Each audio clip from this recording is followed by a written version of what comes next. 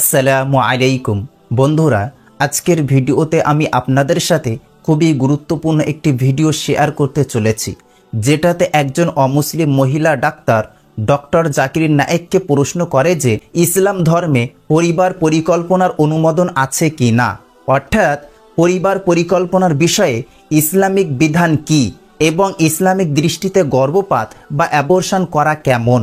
বন্ধুরা, উত্তরে ডক্টর জাকির নায়েক কি বলছেন আপনারা শুনুন। শুভ সন্ধ্যা স্যার, আমি ডাক্তার কল্পনা। আমি চিকিৎসা বিষয়ক প্রশ্ন করতে চাই।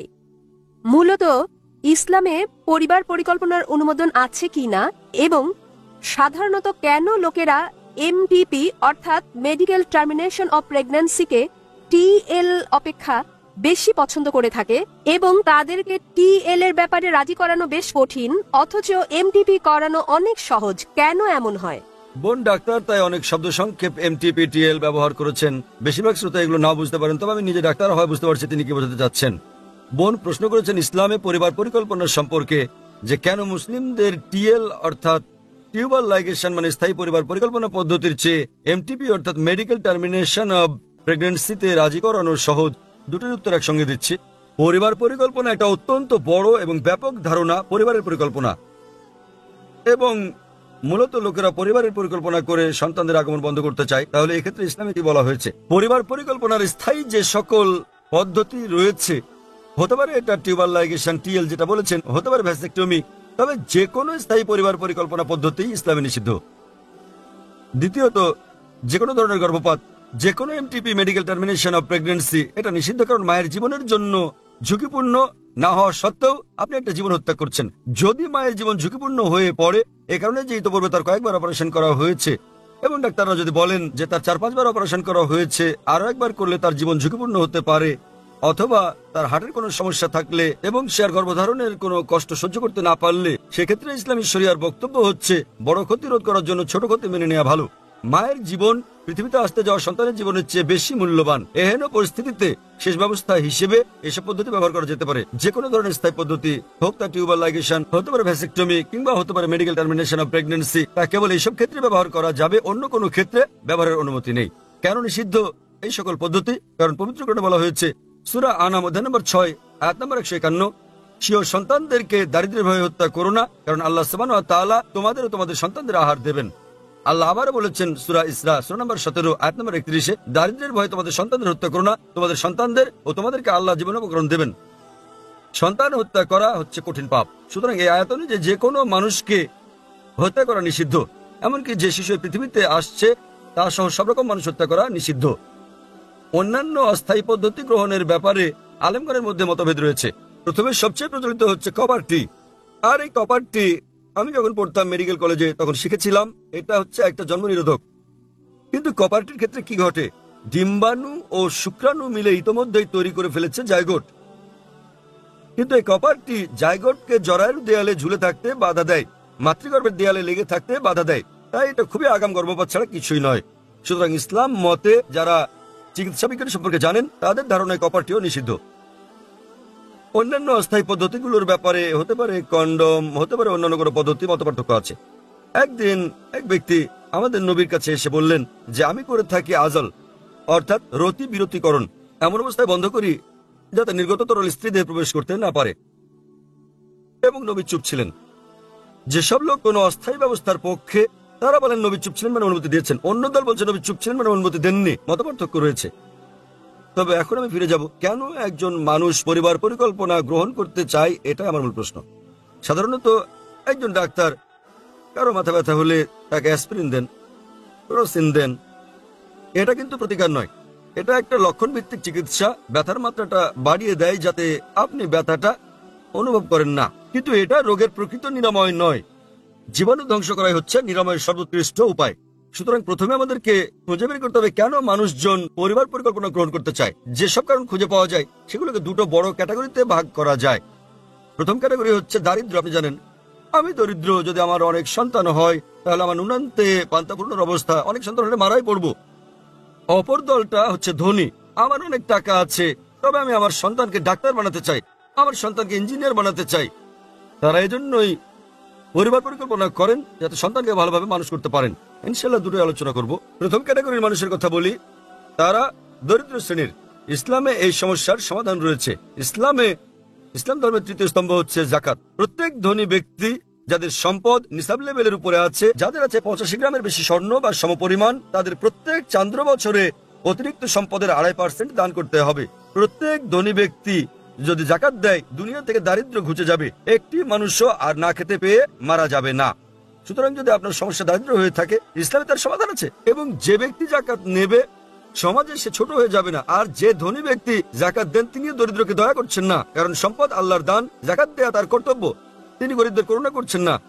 এবং গরিব লোকেরা যখন জাকাত নেয়, এটা কোনো করুণা ভিক্ষা নয়, বরং এটা তাদের অধিকার। সুতরাং দারিদ্র্য যদি সমস্যা হয়, তাহলে আমাদের বাধ্যতামূলক দান অর্থাৎ জাকাত দিয়ে এর সমাধানের উপায় আছে। বিশ্বের সকল ধনী মানুষ যদি জাকাত দেয়, দারিদ্র্য দূর হয়ে যাবে এবং একজন মানুষ আর ক্ষুধার জ্বালায় মারা যাবে না। এখন আসি কোরআনের আয়াতে, যা আমি আগে বলেছি, দুটো আয়াত, সূরা আনাম অধ্যায় 6 আয়াত নম্বর 151 এবং সূরা ইসরা অধ্যায় নম্বর 17 আয়াত নম্বর 31। উপর থেকে দেখতে একরকম মনে হলেও চক ও পনিরের পার্থক্য আছে। প্রথম আয়াত সূরা আনাম অধ্যায় 6 আয়াত নম্বর 151 বলছে, স্বীয় সন্তানদের হত্যা করো না দারিদ্র্যের কারণে, কারণ আল্লাহ সুবহানাহু ওয়া তাআলা তোমাদের ও তোমাদের সন্তানদের আহার দেবেন। সূরা ইসরা অধ্যায় নম্বর 17 আয়াত নম্বর 31 বলছে, দারিদ্র্যের ভয়ে তোমাদের সন্তানদের হত্যা করো না, কারণ তোমাদের সন্তানদের ও তোমাদের আল্লাহ সুবহানাহু ওয়া তাআলা জীবনোপকরণ দেবেন। একটু পরিবর্তন হয়েছে। প্রথম আয়াতে বলা হয়েছে তোমাদেরও তোমাদের সন্তানদের, সূরা ইসরায় বলা হয়েছে তোমাদের সন্তানদেরও তোমাদের। বাহ্যিক দিক থেকে দেখলে দুটো আয়াত একই। এখন প্রশ্ন হচ্ছে, কেন আল্লাহ সুবহানাহু ওয়া তাআলা স্থান বদল করলেন? সবকিছুর পেছনে রয়েছে হিকমত। সুতরাং আলিমগণ, মুফাসসিরগণ বলেন যে প্রথম আয়াত সূরা আনাম অধ্যায় 6 আয়াত 151-তে দরিদ্রদের কথা বলা হয়েছে। জানেন, আমাদের ভাবনা বেশি সন্তান থাকলে আমরা এমনকি আমাদের সন্তানরাও মারা পড়বে। তাই সর্বশক্তিমান আল্লাহ বলেন, চিন্তা করো না, স্বীয় সন্তানদের দারিদ্র্যের কারণে হত্যা করো না, আল্লাহ তোমাদের ও তোমাদের সন্তানদের আহার দেবেন।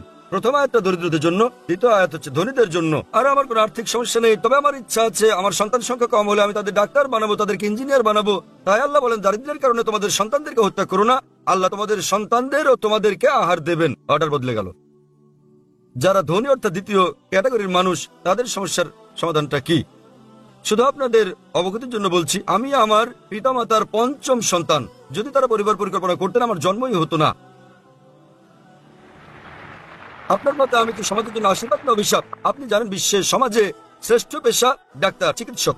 সবচেয়ে ভালো পেশা ডাক্তার, এর চেয়ে ভালো কিছু নেই। আলহামদুলিল্লাহ, পিতামাতার পঞ্চম সন্তান হয়েও আমি ডাক্তার হয়েছি। তবে আমি ডাক্তার হয়েছি মানুষের সেবার জন্য। কিন্তু যখন আরো ভালো পেশা পেলাম, আল্লাহ বলেন সূরা ফুসিলাত অধ্যায় 41 আয়াত নম্বর 33-এ, ওয়ামান আহসানু ক্বালা মিম্মান দাআ ইলাল্লাহি ওয়া আমিলা সালিহান ক্বালা ইন্নানী মিনাল মুসলিমিন। তার কথার চেয়ে কার কথা উত্তম হতে পারে, যে মানুষকে আল্লাহর পথে ডাকে, ভালো কাজ করে এবং বলে যে আমি মুসলিম। যখন আমি আরো ভালো পেশা পেলাম, আমি শরীরের ডাক্তার হওয়ার থেকে হয়ে গেলাম আত্মার ডাক্তার। আমি যদি ডাক্তার থাকতাম, আমি নিশ্চিত এখানে 1 লাখেরও বেশি মানুষ আছেন, তারা আমার কথা শুনতে আসতেন না। তারা এখানে এসেছেন কারণ আমি দেহের ডাক্তার থেকে আত্মার ডাক্তার হয়েছি। তাই আপনাদের কাছে আমার প্রশ্ন, আমি আমার পিতামাতার পঞ্চম সন্তান, আমি কি সমাজের জন্য আশীর্বাদ না অভিশাপ হয়েছি? মানুষজনের একটা ভুল ধারণা রয়েছে যে যদি কম সন্তান থাকে তাহলে আপনারা বিকল্প সুবিধা নিতে পারবেন, তাদেরকে ভালো করে মানুষ করতে পারবেন। নোবেল পুরস্কার বিজয়ীদের তালিকা যাচাই করলে আপনারা দেখতে পাবেন, যারা পুরস্কার পেয়েছেন, বিশ্ব সেরা সেরা বিজ্ঞানী, সেরা ক্রীড়াবিদ, তাদের সকলে পিতামাতার প্রথম সন্তান নন, তার একমাত্র সন্তান নন। হয়তোবা কেউ দ্বিতীয় সন্তান, কেউ তৃতীয়, কেউ পঞ্চম, এরকম মিশ্র। কাজে এটা একটা ভুল ধারণা। আল্লাহ সুবহানাহু ওয়া তাআলা জন্মবিরতিকরণ প্রাকৃতিক উপায় বলে দিয়েছেন। ইসলাম অনুযায়ী যখন একটি শিশু ভূমিষ্ঠ হয়, তখন থেকে মার উচিত তাকে দুধ পান করানো। কিন্তু আজকাল বিশ্বে মায়েরা মাতৃদুগ্ধ পান করাতে চান না, কেননা তাদের শরীর নষ্ট হয়ে যাবে। চিকিৎসা শাস্ত্র অনুযায়ী আপনার সন্তানকে সবচেয়ে উত্তম যে খাবার আপনি দিতে পারেন তা হলো মায়ের দুধ। আর আপনি সন্তানকে দুধ পান করালে প্রাকৃতিকভাবে দুগ্ধদানকালীন বিরতি ঘটবে। ডাক্তার হয়তো আপনি জানেন যে দুগ্ধদানকালীন একটা বিরতি রয়েছে, এর অর্থ মা এই সময় গর্ভধারণ করবেন না। যদি এটা পুরোপুরি নিরাপদ নয়, তবে তার এই সময় গর্ভধারণের সম্ভাবনা খুব কম থাকে। সুতরাং সর্বশক্তিমান আল্লাহ সুযোগ দিয়ে রেখেছেন। এবং জনসংখ্যা এটা অভিশাপ নয়, এটা হচ্ছে আশীর্বাদ। আপনি জানেন, আমরা আমাদের দেশে ভারতে বলে থাকি হাম দো হামারে দো, আমরা দুজন এবং আমাদের দুজন। এক কে বাদ আবি নেই, দো কে বাদ কবি নেই। একটির পর এখনই নয়, দুটোর পর কখনোই নয়। এগুলো হচ্ছে ভারতীয় স্লোগান, কারণ ভারত সরকার জনসংখ্যার যত্ন নিতে জানে না। আমেরিকা গেলে দেখবেন শিশুরা টি শার্ট পরে থাকে যাতে লেখা থাকে আমি আমার পিতার কর সাশ্রয়ী। যত বেশি সন্তান থাকবে আপনাকে তত কর কম দিতে হবে। আপনি অস্ট্রেলিয়া যান কিংবা কানাডা গেলে দেখবেন শিশু জন্ম নিলেই সরকার তাদের ভাতা দেয়। প্রতিটি শিশুর জন্য প্রতি মাসে আপনি ভাতা পাবেন। সুতরাং আমেরিকা, অস্ট্রেলিয়া, কানাডার সরকার তাদের জনসংখ্যাকে উৎসাহিত করছে, ভারত সরকার কেন অনুৎসাহিত করছে? তাহলে সমস্যাটা এমন সরকারের নীতিগত, জনসংখ্যা নয়।